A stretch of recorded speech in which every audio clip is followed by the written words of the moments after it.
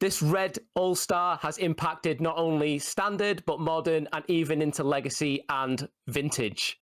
All on the next episode of Battlechads.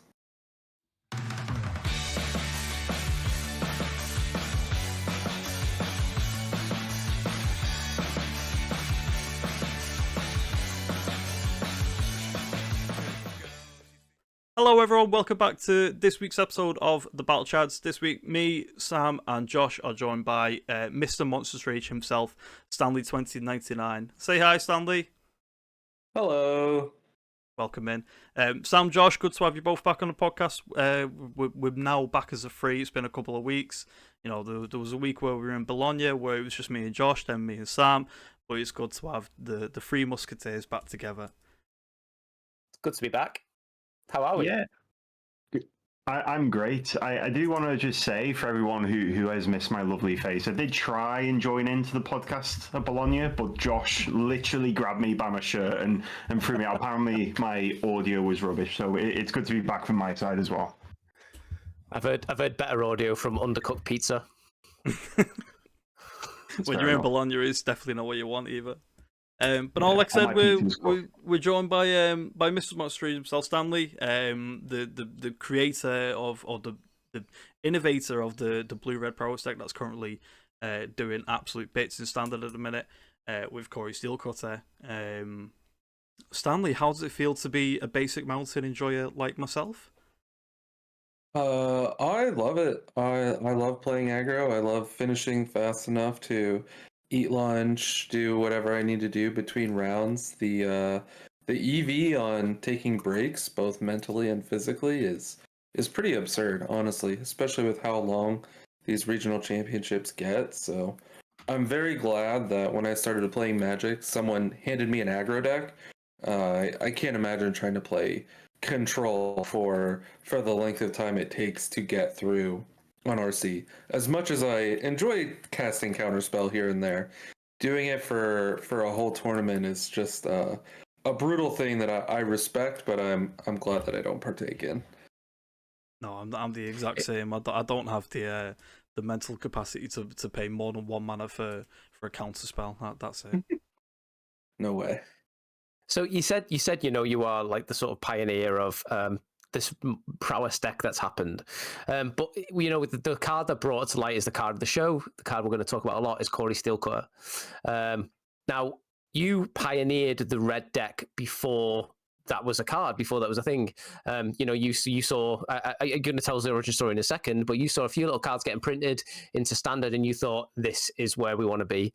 So obviously, when Corey Steelcutter came along, you were like, "Oh my god, I'm in the absolute Dagobah system in my brain with this. Like, this has gone next level stuff." So do you want to tell us how you sort of what inspired you to follow the prowess archetype before everyone else was on it? Yeah, I would love to, and if the story gets too long, maybe you can cut it in post. But we would actually have to go all the way back to Bloomborough, or even before that. Really, I can even manage to toss in a humble brag here. Back before RC Dallas, which eventually Adam Weiss won with my Gruul Prowess deck that I built from scratch, and that was a whole different story of like, where'd this deck come from? And suddenly Convoke isn't the best aggro deck. Whatever Stanley cooked up is crushing people. But before I converted Adam to Gruul Prowess, he wanted to play Izzet Prowess all the way back then, and he had cooked up a cute build. Oh, that was a little. It was a build. It was something. There was a lot good there. There was a lot kind of mid there, and ultimately Gruul was just the best way to play aggro then and for a long time going forward because the mana was so much better. Fast forward to Bloomborough, and believe it or not, Mockingbird is the card that made me go, I really want to play Prowess, because you know what's even better than a 1/2 Prowess haste for 1 mana? A 1/2 flying Prowess haste for 1 mana. So playing Mockingbird in a Prowess deck was so cool, because flying Swiftspear, insane. An extra like copies 5 through 8 of Slickshot, pretty darn good. but the mana, again, it wasn't there. It wasn't consistent enough. There was no real reason to play Izzet over Gruul. Even if it was more exciting, it just wasn't good enough. There was no way in a competitive environment you could say, yeah, it's worth playing Izzet here. But finally, in Aether Drift, they gave us River Pyre Verge. They put Spell Pierce back into standard, and it was kind of over from there. And the deck was really fun, really exciting to play. We got to play Swiftspear, we got to play Mockingbird, we got to play Monstrous Rage, Slickshot. How can you not have a great time? The card that was always the weakest card, the weakest link, was Emberheart Challenger. It's amazing in the mouse package. You're triggering Valiant, you're drawing cards, you have tons and tons of threats. Some people call it, an amazing card, which in the right shell it is, but the great thing about Magic is like context always matters. And in this prowess deck, it's just a 2/2 haste prowess that dies to shock. You can't cast it on turn 2, otherwise you get spell snared by your opponent's shock. You can cast it on turn 3, but you got to keep that other mana open. Otherwise, again, you're going to get spell snared by a shock. It's just so hard to like cast and get value out of it. And Corey Steelcutter got printed, and it was just kind of instantly. I think the most like interesting thing that I said in kind of the first days that I think converted a lot of people, as we're talking about spoilers in Discord and stuff, is like, this is just Emberheart Challenger with plot, except your plot triggers prowess, and you just get to fire off a new challenger every turn. Because Corey Steele's going to shoot out 2/2s with haste. You're casting your cantrip, so you've got no problem triggering Flurry.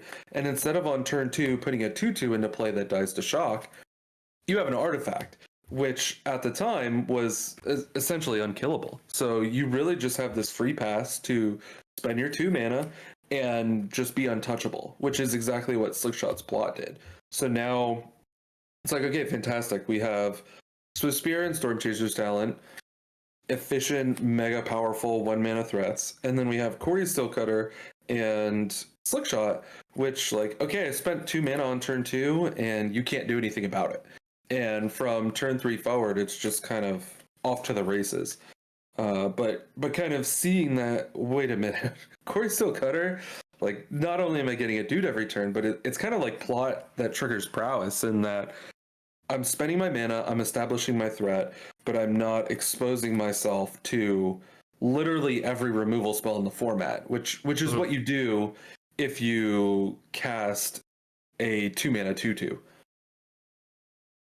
So, just go on, Sam. I just want to, Sam, you are like the scribe of the podcast because you look the smartest, because you just do for some reason. So why don't you give us the text of Corey Steelcutter? Because obviously people who are listening, people might live. I always say live under a rock. People might be living under a rock. So go on, Sam. What does Corey Steelcutter say? So this is off the top of my head. Stanley, no, please. get it up. No, find it. Well, it's a artifact equipment that costs 1 and a red. Equipped creature gets +1/+1, haste and trample. And then it's got Flurry, that whenever you cast your second spell, you create a 1/1 white monk token with prowess, and you may attach the Corey Steelcutter to it. Oh, he did it. Boom. That was without... Perfect. Wow. Bonus question. 5 stars. Bonus question. What is... In every word of text... Oh, sorry. It's okay. Bonus question. What's its equip cost? 1 and a red. Oh, he got it. Okay, fair enough.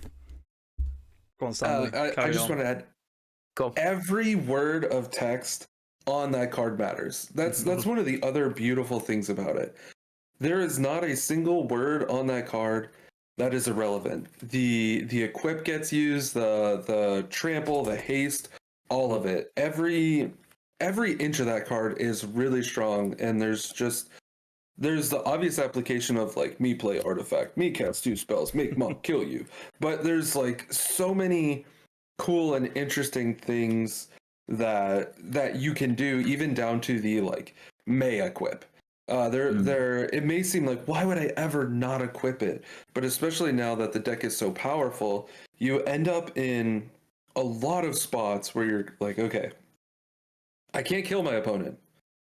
So I need to figure out how to balance my resources so that I deal enough damage so that I can kill them on the follow-up turn, but I protect myself enough so that I don't die. And it's not uncommon in that scenario where I already have a monk, it's already got Corey Steelcutter equipped. And if I have cast my second spell now and leave my Corey Steelcutter alone instead of attaching it to the next creature, then I have a 4/4 and a 1/1 instead of a 3/3 and a 2/2. So I attack with my 4/4 Trampler, which is a fantastic attacker. Yeah. And I just leave back my 1/1, which, like, it's fine. The difference between 1/1 and 2/2 on blocking doesn't really matter. You've kind of you know that this resource is going away. This resource is either going to help you stay alive or you're going to die. And so it being a 2/2 doesn't buy you anything, but you definitely get extra damage by sending a 4/4 Trampler into the red zone instead of a basically what becomes a vanilla 3/3. Mm-hmm. I think for me, what I like the most about the card is that it, especially in standard, is that it doesn't really seem to have an awful matchup into any of the other decks that are sort of like top of the format. Like, a lot of people would argue that Esper Pixies would be an awful matchup because of the reoccurring removal and the hand hate. But the only card that deals with Steel Cutter in Esper Pixies is either Town, and even then it's still not great to deal with, or Temporary Lockdown, which is still not great to deal with because you can just either bounce the Temporary Lockdown back to the hand or just straight up Spell Pierce it.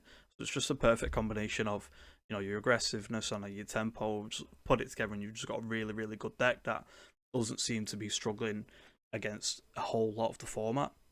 I've seen that in Minneapolis that there was, I want to say, 3 Omni decks in the top 8. So maybe Omni's one where, you know, it's like, can you kill me before I can do my Omni stuff? Yes. Okay, we'll go to game 2 and then try again. But if not, then I feel like Omni's probably just the next deck to sort of go after it, right? It's a tough one. I played Omni during my little dabble into standards, and I registered Omniscience combo for RC Bologna.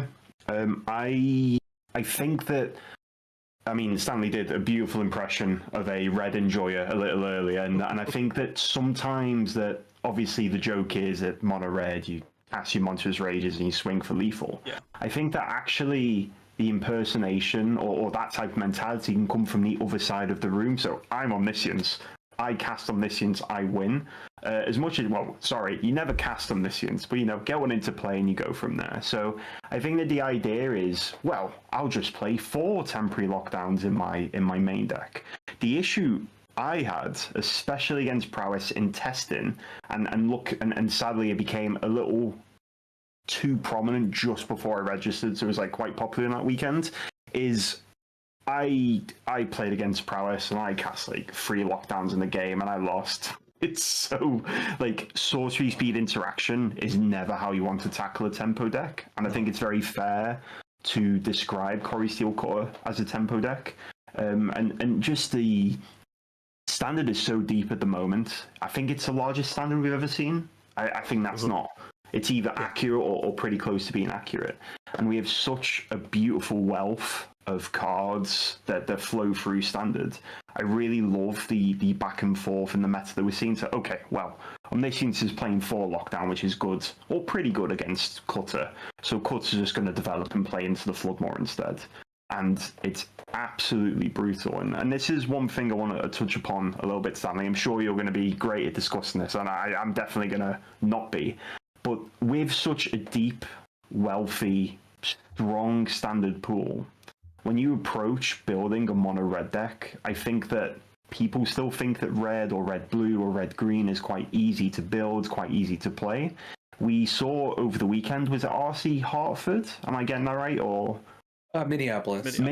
Apologies. Yeah. So we saw that was the biggest slice of the meta pie at 30%, which is, I'd say, really impressive. There's so many people have so much faith in that deck. It just shows how strong it is.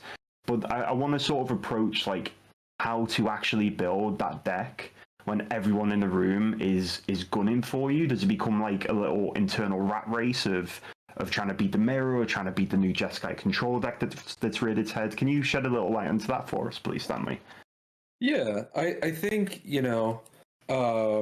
when the red cards weren't as good, back a year or two ago, it was really hard to try and, metagame and find that sweet spot of, well, people think Convoke is the best aggro deck, but actually I have this sweet prowess deck that's a turn faster. And, we just kind of break the meta and beat everybody.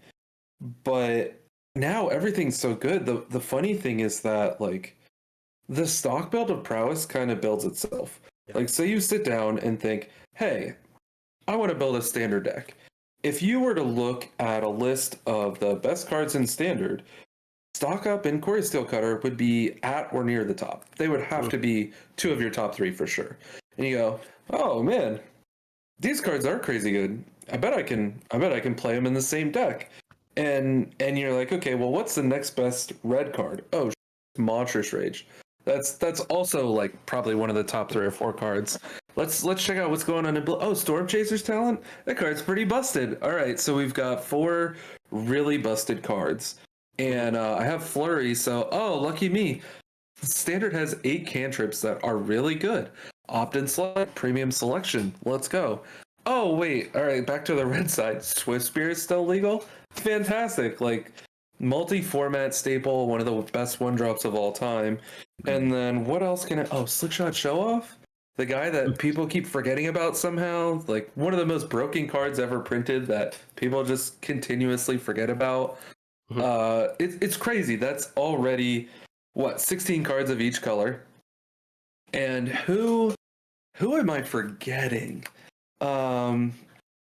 It's crazy though that we've Burst Lightning. What a fantastic card. You can't have 0 interaction, and Burst Lightning is definitely in the running for like best shock ever printed. The card is so nasty, and being able to, especially in this particular deck, you cast it early and kill something, and then later you're like, I'll just buy back Burst Lightning with Storm Chaser's Talent and hope you have more than 4 life, because I'm going to kick it next turn and deal 4 next turn. So the deck like almost builds itself. There's just these remarkably powerful cards that all fit together, and you don't even have to put that much thought into synergy before you're at like, all right, I've got 36 non-lands. I'm going to play 21 lands because I'm a responsible adult, and there's 4 3-mana spells in my deck. And it's pretty logical and reasonable that, all right, I got 3 slots left. Everyone is coming for my head at this point. Everyone is. Everybody knows the secret's out. So we use this for flex slots, and as you already mentioned, like Flood Maul and Spell Pierce are so good. I think Jelko, who won in Bologna, just nailed it. I mean, the 2 Maul, 1 Pierce is an excellent split. That's the main deck that I have my eyes on for Hartford, and it's just like, it really just builds itself. It's so logical and reasonable. The cards are so powerful. You better have a really, really good reason not to play those. And I did not play that main deck in Hartford or in Minneapolis. We can circle back to that, or we could not. But I had I guess to answer your question, I should talk about what I did differently, because basically, as you're talking about like metagaming, you got to do something really special if you want to win the tournament. And what I tried to do, what I always do, is play the fastest deck at the tournament. And doing that in Atlanta and in Dallas was a little bit easier, because at that point people didn't really, they thought Convoke was the best deck, and then they thought Mice was the best deck, and those decks are explosive, but they're not like blow your face off explosive. Now though, with Quarry Steel Cutter being the best deck, I was playing Bolt Waves and Hearth Elementals instead of Stock Ups and the Flex slots, and just on this game plan of I'm just going to cast all my spells and you're going to die. And it's faster than the stock build. I had a great win rate online and in playtesting against the stock build. But what happened is I lost my die rolls, and I could put my opponent to 1, not 0, because one of the weaknesses of this deck is that you have to play a bunch of basic lands. If Steam Vents was legal, like, it'd be over, but it's not. We have to play basic lands in our deck that wants to play a ton of 1-mana spells. And so I had an island and I needed a mountain. I had a mountain and I needed an island. And, you know, I just got stuck with, like, I couldn't cast all my spells. And so I wasn't a turn faster anymore. And I lost that edge because without velocity, you like don't have anything if you're trying to play that fast build. Yeah. So I tried to get under the deck. It worked for me in my playtesting, but this weekend the mana was just not on my side, and I think, you know, I'll hem and haw and look at the numbers a bit more and try to figure out, you know, did I get unlucky or did I just, you know, choose a bad deck? Because I think that's a harder thing to figure out than people give credit to. Yeah. I think it's really easy to just go like, oh, I lost, I made a mistake. But I'll probably just be on a stock build and try my best to be good at Magic in Hartford, which is a really hard thing to do. But the argument for the stock build is just so overwhelmingly good. And, you know, I tried the get under it thing. It's worked for me many times. It didn't work for me this weekend. So I'll probably try to fight a fair fight in 2 weeks in Hartford.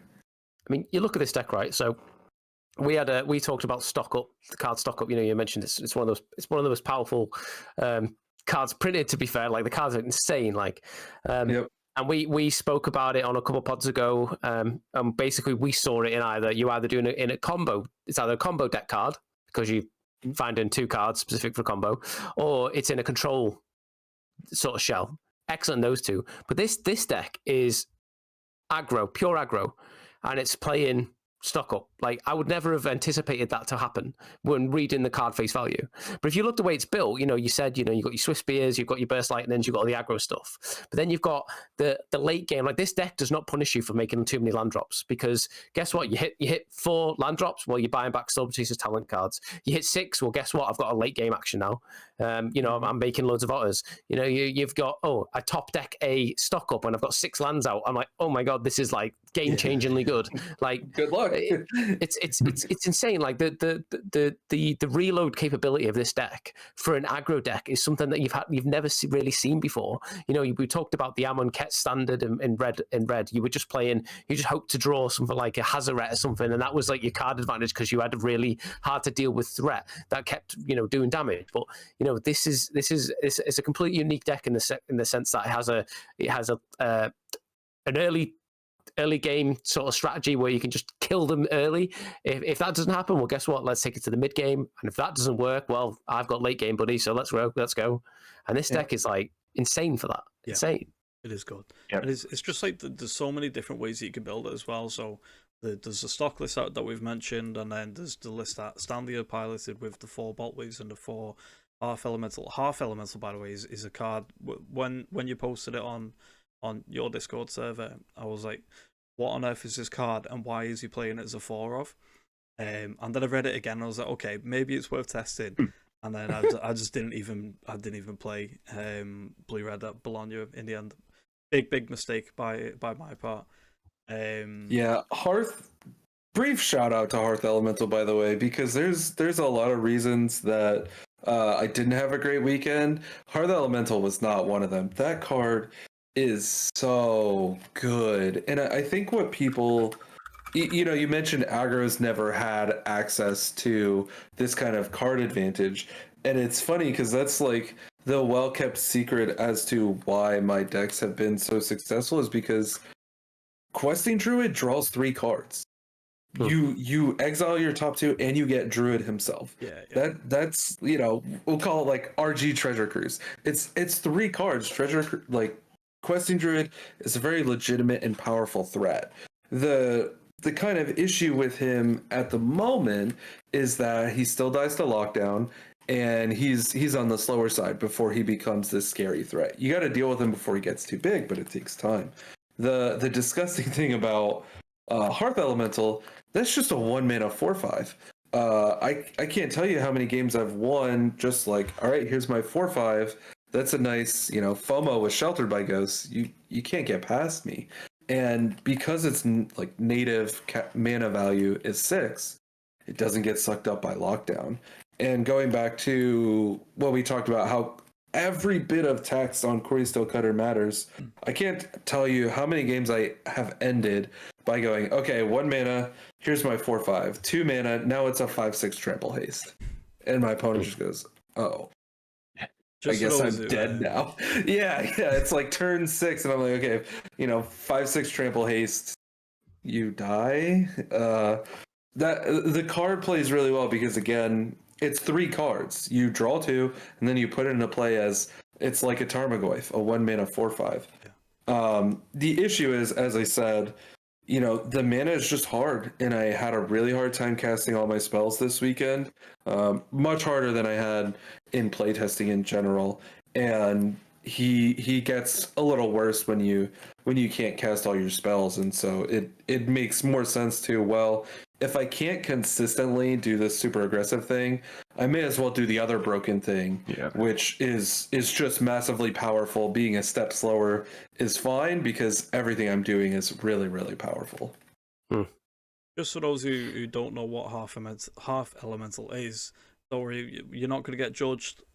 I've never seen this card in my life, and I think that's like one of the better things about Standard, is that the sets that came out at the very start of this current rotation that are only seeing play now because of cards that have recently been printed. But Half Elemental is a 6-mana 4/5 with Adventure. So the Adventure side is 2 mana, sorcery, discard your hand and draw 2 cards. And then on its creature side is this spell costs X less to cast, where X is the number of cards in your graveyard that are instant cards, sorcery cards, and /or have an adventure. So, like Stanley said, later on in the game, you could just go 1 mana 4/5. Can you deal with it? Probably not. Okay, I'm going to attack with it. Here's a Monstrous Rage. You're now taking 7 with Trample. It's just insane. And it's just like I said, like this card came out.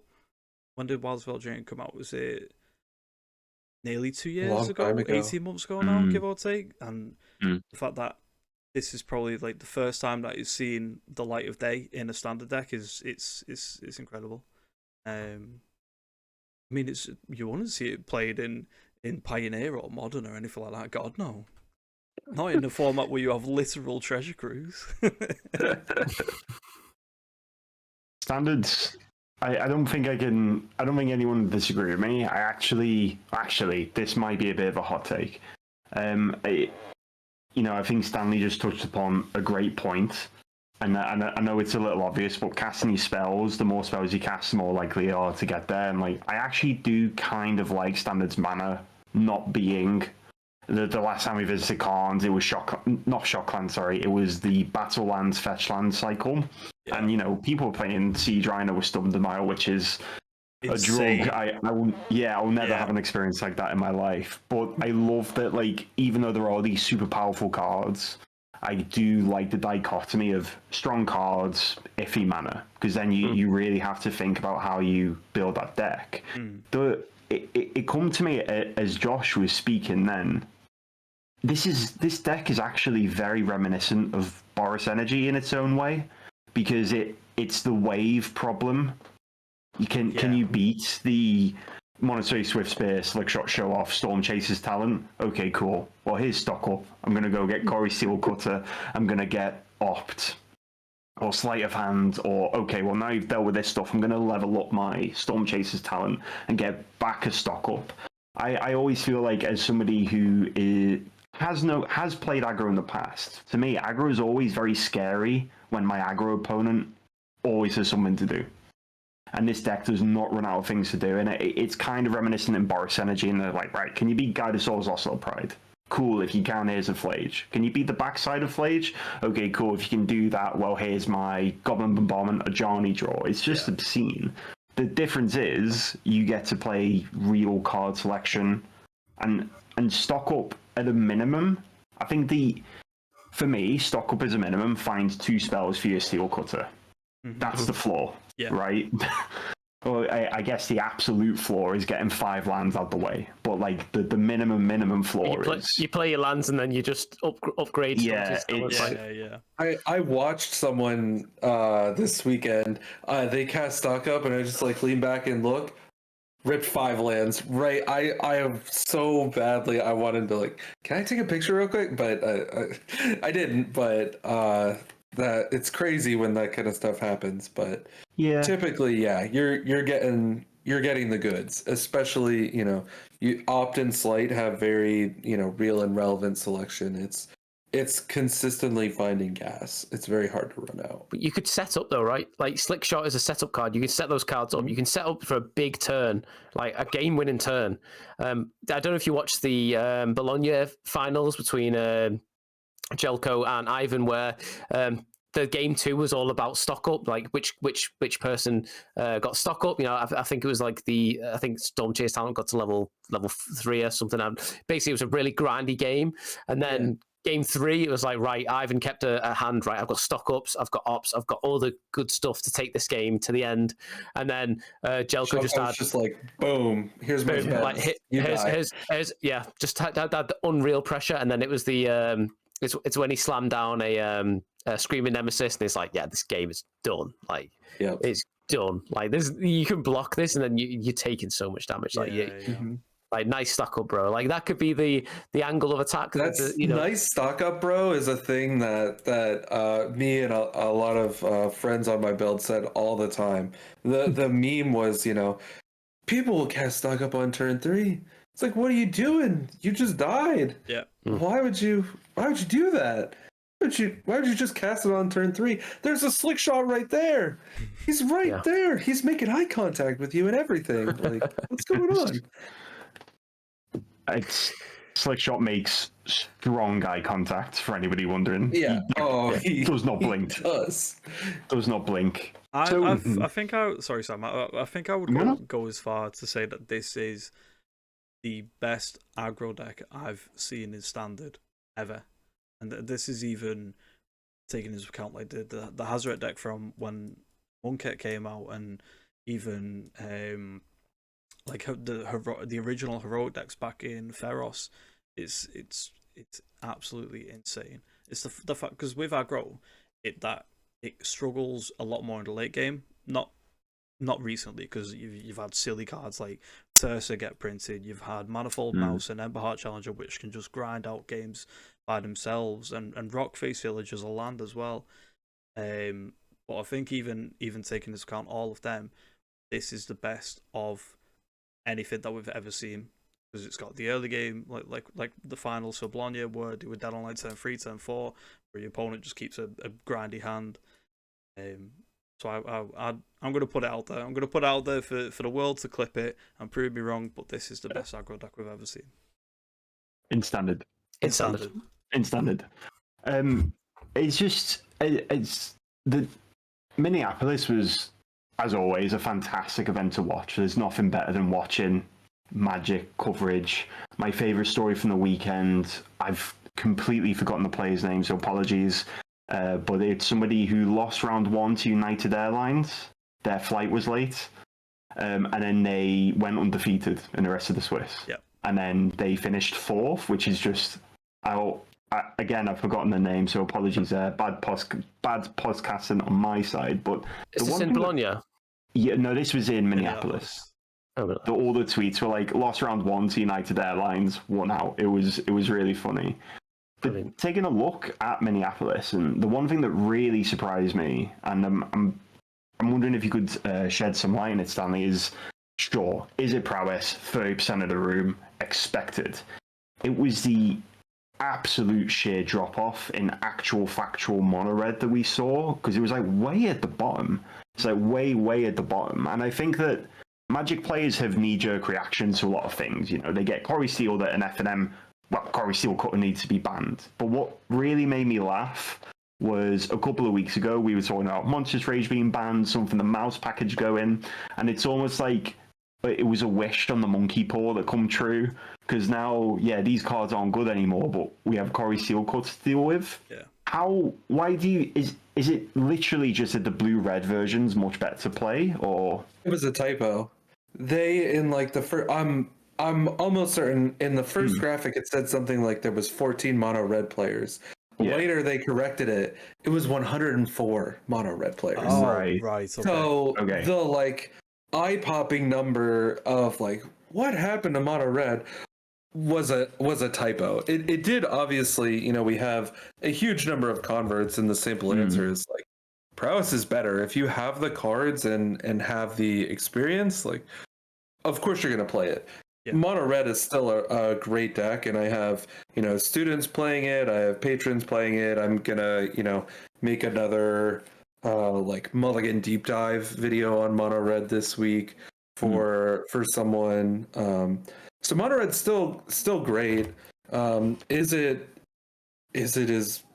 better if you can play it at that 100% efficiency, but you have to make decisions every turn. It's, you know, one of the reasons it is so popular is because people like to feel good. People like to feel like as a pilot they made a difference. People equate making decisions to being a good Magic player, and everyone wants to feel like a good Magic player. So it has this universal appeal of I'm going to make a ton of decisions and I'm going to outplay my opponent. But plenty of people are newer to the game, not experienced with the archetype, or just, you know, comfortable with like, yeah, you can feel like Einstein and make all your decisions. Here's my third screaming nemesis. Deal with it. like the red deck is still very good. I think it's, you know, normal and reasonable to see a lot of people convert, but the eye popping like mono red is dead, that was a typo. It's very much still alive, still strong. There's a lot of good reasons to play it, and I'll still, you know, continue to be a fan of both mono red and for as long as those cards are legal and standard. Yeah, that's fair. To be honest, that makes a lot of sense. I would put money on it being mono red propaganda, because I took out all the good cards against mono red on my standard sideboard, and now I'm just gonna have to put them right back in. Yeah. So I'm glad I've called that, actually, because I'm gonna die to mono red on Friday quite swiftly. So yeah, it's still there for sure. Yeah, that's good to know. So Monstrous Rage decks were like 50% on mini then. Yeah, I think for Bologna it was close to 30. Like when you combine, is it mono red and red green, and then jumping up to 50. Yeah, I think it was 40. It was 32 and a half and then 7.5. So 40% plus whatever rogue decks were playing Monstrous Rage. 22 Gruul Mice, 9 Boros Mice. So almost, yeah, like 42-ish% Monstrous Rage. Is it a problem? Nope. I don't know. Don't ask me. I don't know. I don't make these decisions. You know, those percentage, the 30+% is pretty eye popping. Yeah. I don't think you'll ever find an aggro player calling for a ban of an aggro card. But if Wizards made an adjustment so that there was less aggro, I don't think it would be unreasonable. I try not to be too biased. Certainly, I don't want to see Steelcutter go, but it might have to. I definitely don't want to see Monstrous Rage go. I think Monstrous Rage is fine, to be honest. I think it's completely fine. Black decks need to just tech more. So here's all right. Let's have it out about Monstrous Rage. So first of all, no, it's okay. It's okay. Let's do it. The Izzet decks are starting to play less copies of Monstrous Rage anyway, because Monstrous Rage isn't like a key card to Izzet prowess. It's just like, this card's really, really strong. I better have a very good reason not to play it. So of course they're playing Monstrous Rage, but Monstrous Rage is not like key to the engine. As insane as it is, it's like pretty far down on the list of broken cards in that deck. Yeah. And before the mouse package, Adam and I and Nick and I, we were casting Monstrous Rage and having a great time, and we were, one of the few people doing it. I hate to call out Doomwake, but one of my favorite stories from before our RC Dallas was Doomwake made some tweet, and at the time I'm nobody. Not that I'm anybody now, but I was like nobody. Doomwake makes some tweet about like, oh, I tried some Gruul Prowess, but I don't think Monastery Swiftspear and Monstrous Rage are very good right now, especially with how much people are playing Cut Down. It's just like I was having a bad time. And again, I'm just like, no, but I sounds like you're casting your Monstrous Rage wrong. I just responded. I couldn't help myself. I responded, is this bait? Monstrous Rage literally says counter target cut down. And yeah, he's like, well, sometimes it's like, no, like it literally just counters cut down. Like you said, it's a skill issue. But then the mouse package came, and it really does create this issue where pre-mouse package, I have my plotted slick shot, I have my Monstrous Rage. If you play tactically, you freeze me out. I have to somehow create this window for myself, or I have to wait for you to make a mistake. You get more unpatient than me. You spend 4 mana on your Drace and only leave 2 mana back, and now you're cooked. 2 mana is not enough. And we had these really interesting tactical battles. The problem with the mouse package is that if you have Manifold plus another mouse, Emberheart Challenger is drawing me extra cards every turn, or Heartfire Hero is getting bigger every turn, which means when he dies, it's going to be a problem for you. And so because of this, like, the wave, as we talk about with Izzet and with Energy, because of this wave, the person trying to play interaction, trying to stop Monstrous Rage from resolving, they kind of have to blink first, because you can't let these mice just run untouched. Otherwise, they'll just overrun you before I ever have to cast a Monstrous Rage. Whereas something like Swiftspear or Slickshot, without casting spells, they just have one power. So I'll die on the hill that like Monstrous Rage is fine and creates these really interesting and cool tactical battles. The problem is that Manifold Mouse plus another mouse really like takes the tactics out of it, because your opponent has to blink first. Otherwise, they just like they just die to the value of the mice. Yeah, very true. And there's a lot of I think that as I said, like Magic players lose to X card once at their FNM. They see it win an event or win a challenge or top 8 consistently, and then it's the they I'm not going to say throw a tantrum, but they there's a bit of a distaste for a card that can seal a game out of nowhere, right? Like, oh, I've stabilized a little bit, this game's going to be fun, and then Manifold Mouse, Monstrous Rage, whatever else you're dead. I think it's happened to all of us, and it does suck. But what I will say is we've already touched upon Standard's deep wealth of cards at the moment. And it's interesting that we've seen, for every large event recently, we've seen a very knee-jerk reaction to the meta.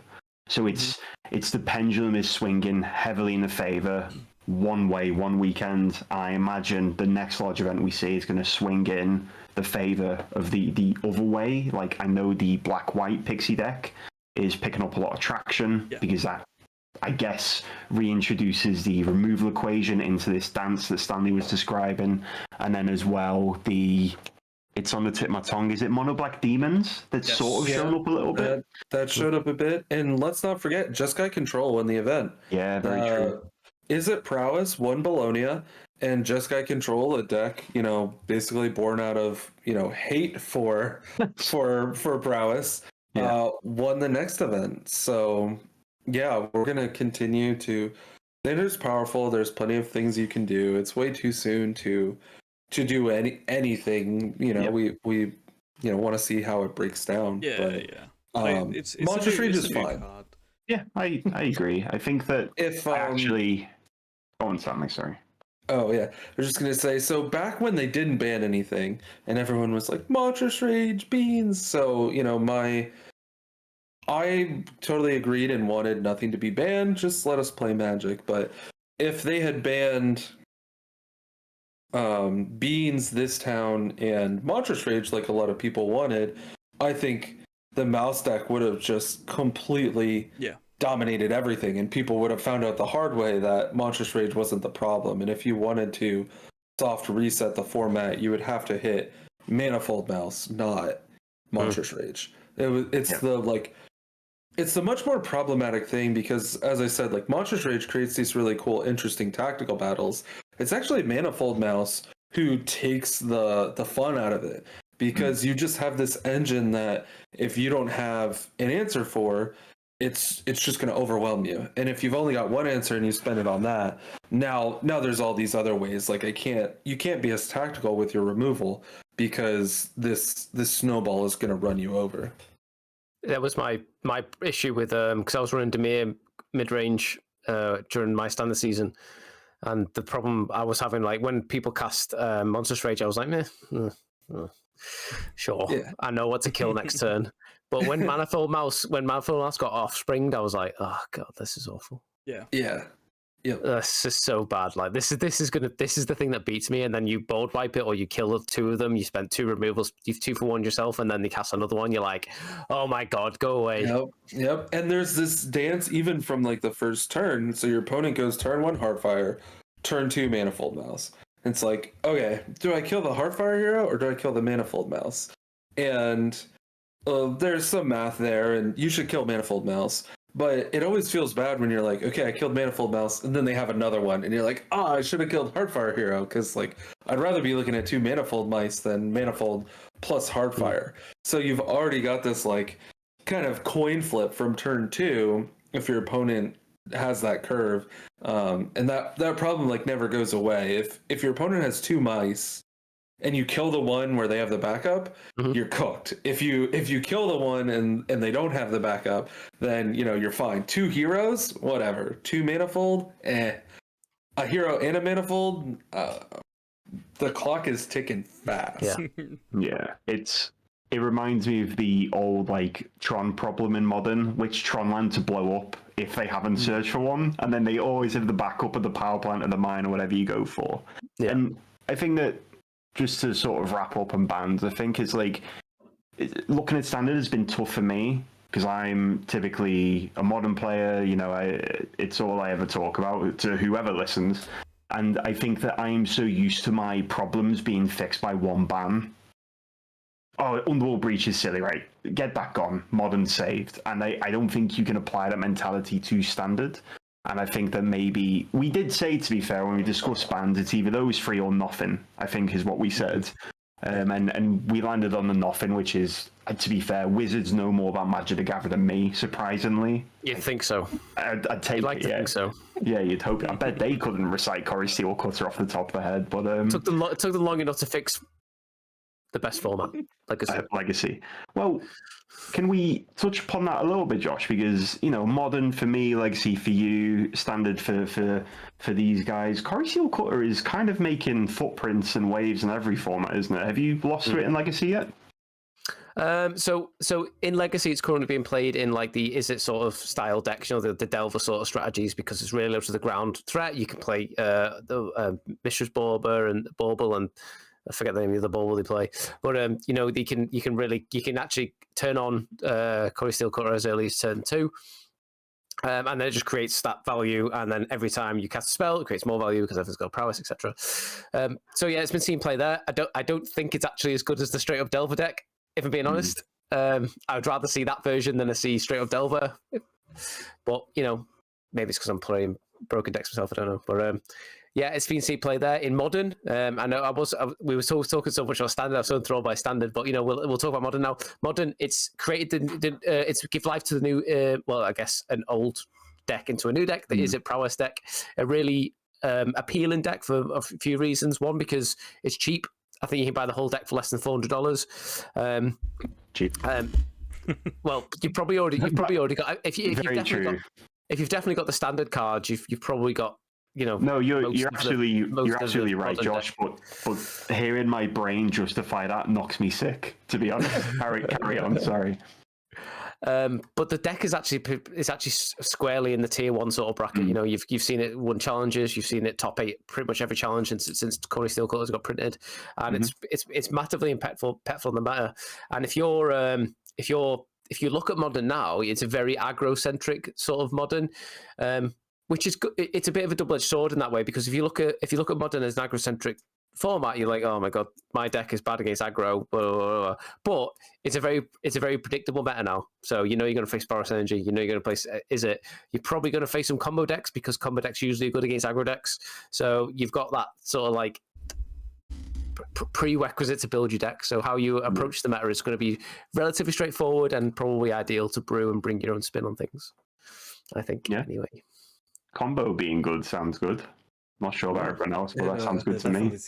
Corey Steelcutter breathing life into prowess is really nice for me, because I basically just don't play modern unless I can play prowess.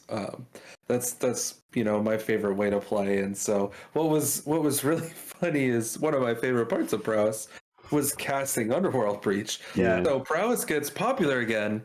These lists are coming up, and I'm like, I wonder why they're not playing Underworld Breach. That's interesting. And it was like 3 days later when I was like, oh yeah, it's banned now, darn. But Steelcutter is awesome. I'm very glad that prowess is playable again. I got to sneak off to one RCQ of modern to play prowess before kind of locking in for standard, and top 8'd with prowess, and it was fun. And I played against combo all day, which was a struggle, that's for sure.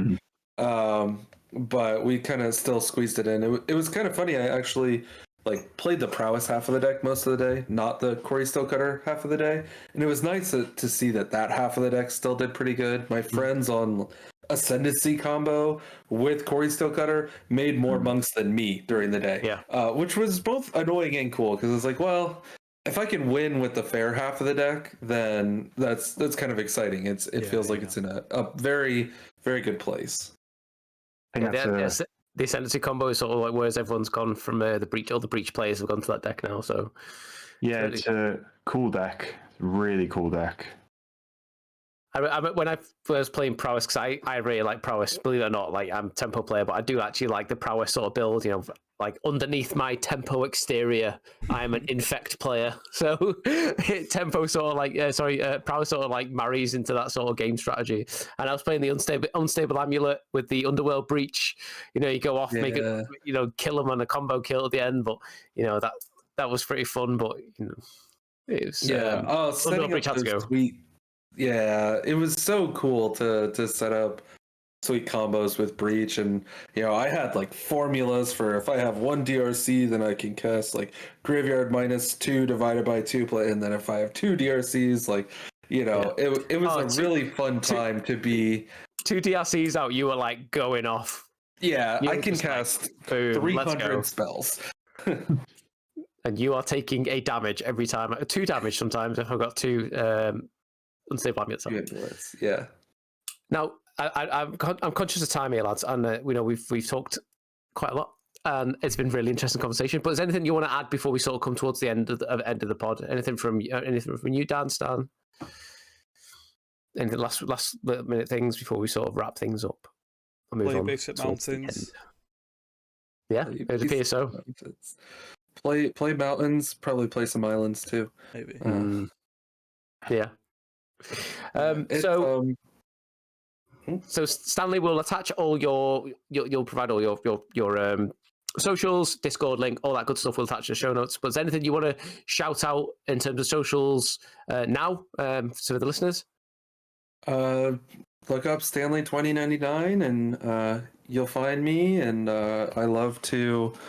I try to educate and entertain with my content. I think I'm funny. Some people think I'm funny. Some people don't. You can laugh at me. You can laugh with me. Either way, my goal is always to educate and entertain. And I'll also say I'm the first to admit that I'm not a perfect Magic player.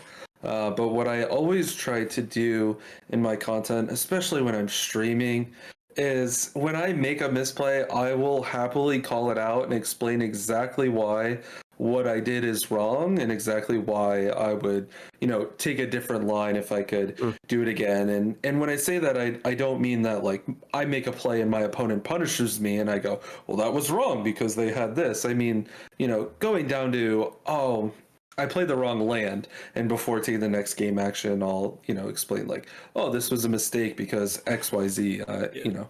Feel like pretty often I'm a better like teacher than player, which is a frustrating place to be because I want to be a great player. But I'm working that. And in any case, Stanley 2099, educate and entertain, doing my best, just like everyone else. Very good. So just before we wrap up this pod, I just want to let everyone know that battlechads and under Chad Magic Umbrella we're sponsored by Ultra Pro now. So that means we're going to have some cool little giveaways coming up soon. They've got some really cool products coming out. Some of the nicer deck boxes from the latest Dragonstorm set. Dragonstorm set has been really cool, as well as some of the sleeves that the lads have been rocking around with. So we'll do a giveaway. I was going to do it on this pod, but I'm going to wait a pod because I don't think the aesthetics of the things we've got to give away suit mono red, so we'll wait for the next pod. But what we are going to be doing is now we're going to be taking in sort of listener questions. So what we'll do at the end of every pod, we'll pick out some listener questions and we'll answer them on the podcast. So we'll attach some information to the show notes and how you could submit a question to battlechads, and we will get round to answer them on the actual pod itself. Anything else, boys, before we finish? Don't forget to like, comment, subscribe, and send it to all your friends. Thanks for having me, guys. Yeah, I was about to say thank you very much. I think it's actually been a really fun conversation, and I always, for one, love having people on who are smarter than me or way smarter than me. It's not too difficult, but That's why you love having me on. Yeah, sure. But it's really, I love seeing.